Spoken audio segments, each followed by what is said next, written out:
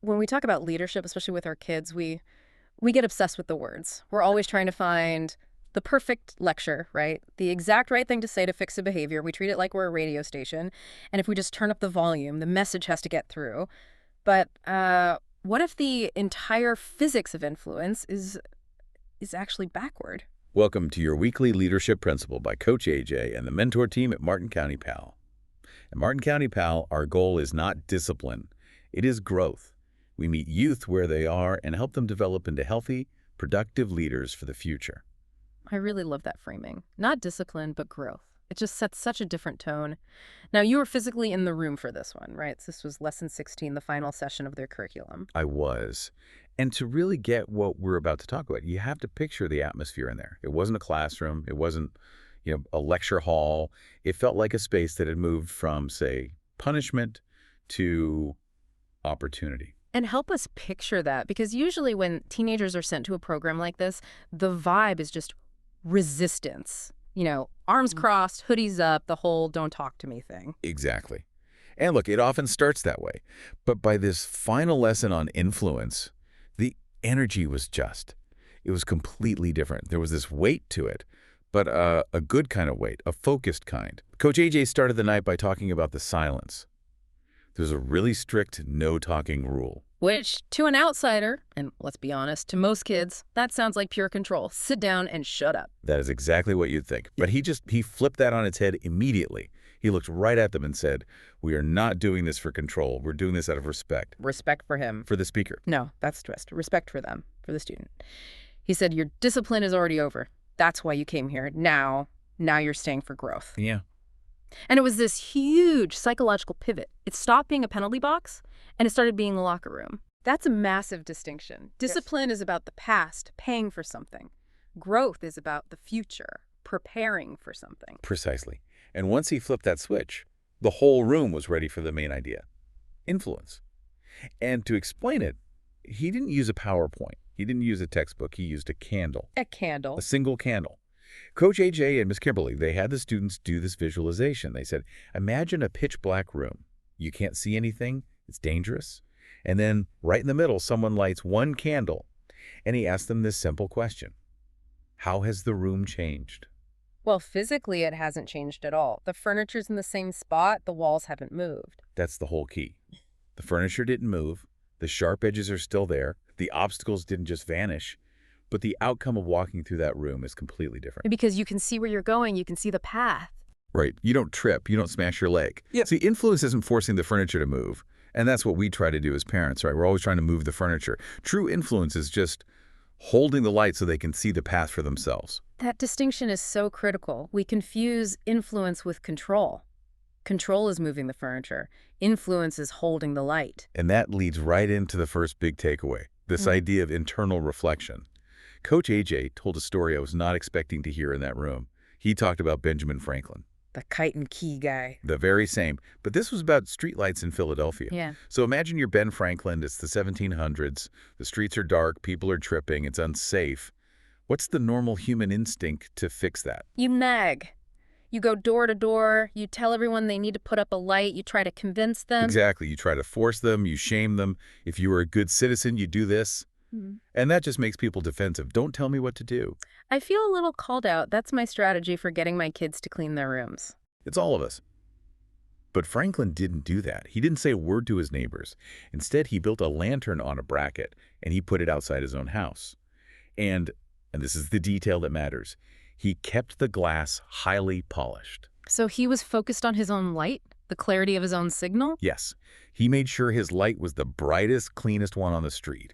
And what happened was totally organic. Neighbors would walk by and they'd realize, hey, I don't trip on the cobblestones here. I can see. They felt the value.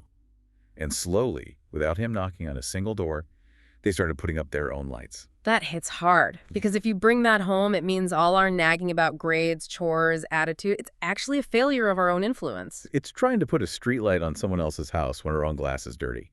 So the challenge Coach AJ put to them was basically, are you polishing your glass? And what does that mean in like a practical day-to-day sense, polishing your glass? It means, are you modeling the emotional control you're demanding? Are you modeling the respect? Are you making your own example so clear that your kids want to follow it, or are you just yelling at them about the darkness? Yelling at the darkness, that's a powerful phrase. It is. Your influence isn't about what you say, it's about the state you transmit. If you're chaotic, you transmit chaos.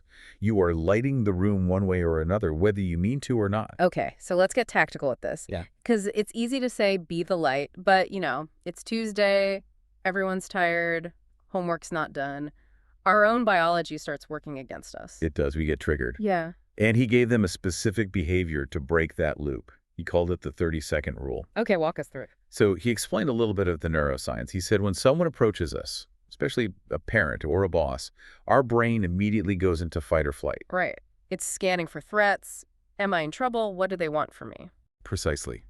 We brace for impact. So the 30-second rule is designed to just short-circuit that whole process.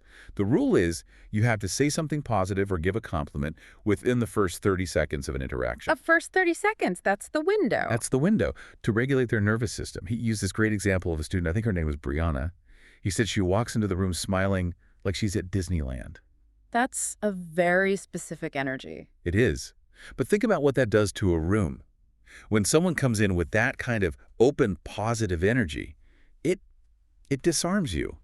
Your brain can't stay in fight or flight. It has to categorize them as friend, not threat. It's like a biological hack. It forces the other person's brain to stand down. And they contrasted that with negative influence, like peer pressure. Someone says, hey, come to the bathroom. Boom, it happens fast. It is split second. So the application for parents here is, well, it's a little uncomfortable.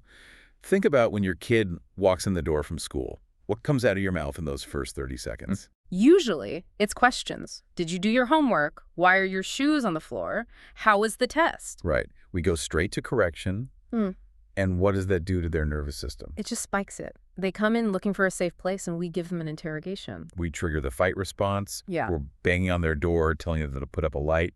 The challenge is, can you use that 30-second rule? Just for half a minute. Hey, I'm so glad to see you. It's good to have you home.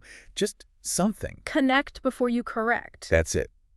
We don't make that connection first. The correction doesn't land anyway. Their brain is already on defense. You have to polish the glass before you can show them the path. That is so actionable. Just hold the questions for 30 seconds. I can try that. But there's another piece here. We've talked about one-on-one, but what about the environment? You mentioned a forest fire. Yeah, this is something that happened right there in the room. At the end of the night, chairs are everywhere. It's a mess. And Coach AJ pointed out that he never, not once, asked them to pick up their chairs. But one little group started doing it. Just a couple of kids. And let me guess, the rest of them followed. Within seconds, it rippled through the room. He called it a forest fire. He said it only takes one spark to burn down an entire field. Influence is contagious. But the flip side of that is that contagion works both ways. Right, that's the danger. Exactly. Yeah. He talked about positive versus negative contagion. A smile is contagious. A bad mood. That's a forest fire, too. If a parent comes home carrying all the stress from work, slamming doors, being short with everyone, that anger just jumps. It just sucks all the air out of the room. It creates a vacuum. And they talked about that, the vacuum of influence. Coach AJ told the kids, hanging out with the wrong crowd makes you the wrong crowd. Even if you do nothing wrong, if you stand in the smoke, you're going to smell like smoke. That is such a hard truth for a kid to hear. But I didn't do it. Yeah, but you were there. You were in the vacuum. And for the parents, the insight is that we're shaped by the same forces. If the environment you're creating at home is stress and criticism, you can't expect to raise a calm kid in a house that's always on fire with parental anxiety. We think we can hide it, don't we?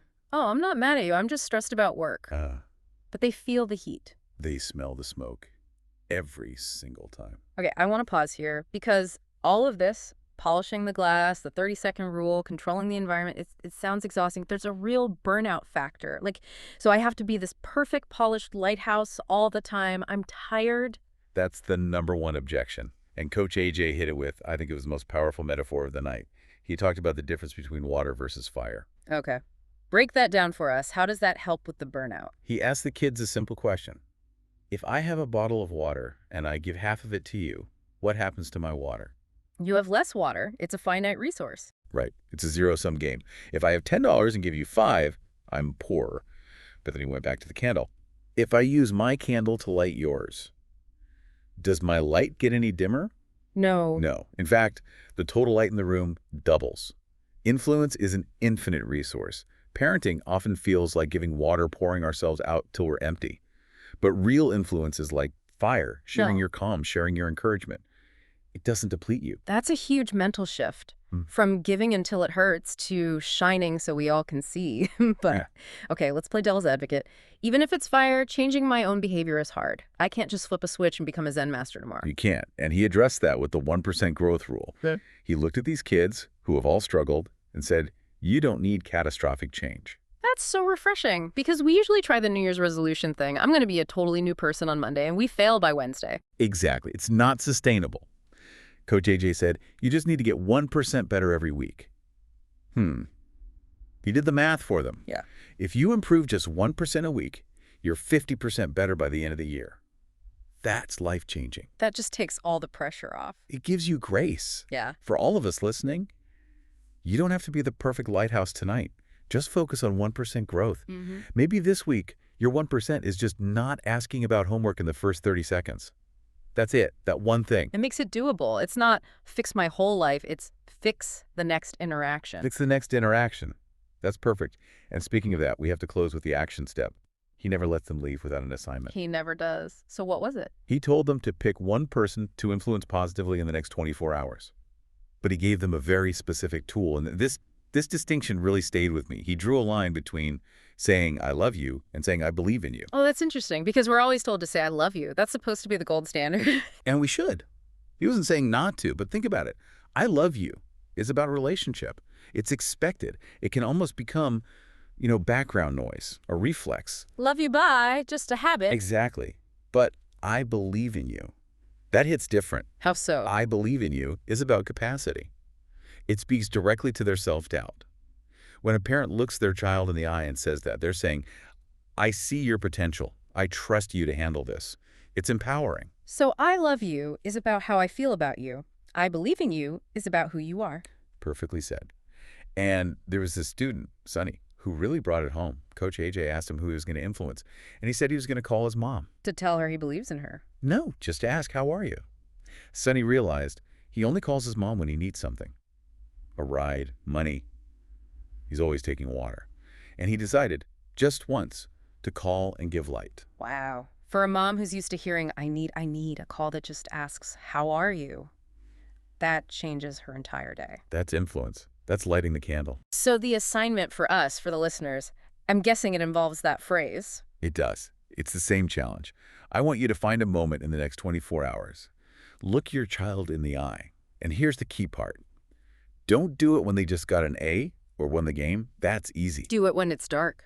Do it when they're trying, when they're Yeah. struggling. Look them in the eye and say, I believe in you. Mm-hmm. And just watch their face. Watch what happens. You are literally lighting a candle in their dark room. It's so powerful because it's so simple. We overcomplicate this whole leadership thing, but sometimes it's just 4 words. Absolutely. We've covered so much, the candle, Ben Franklin, the 30-second rule, water versus fire. It's a whole new lens to see our homes through. It really is.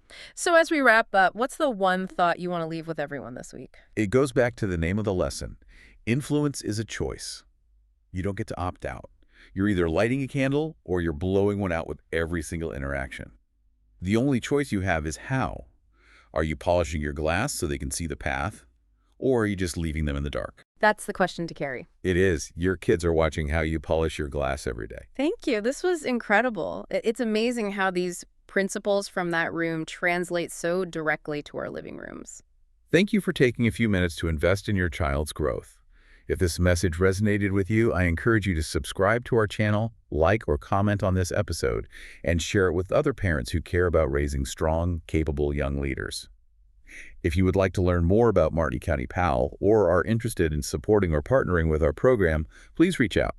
This work only happens because of people who believe in meeting youth where they are and helping them grow into who they can become. We appreciate you being part of that mission.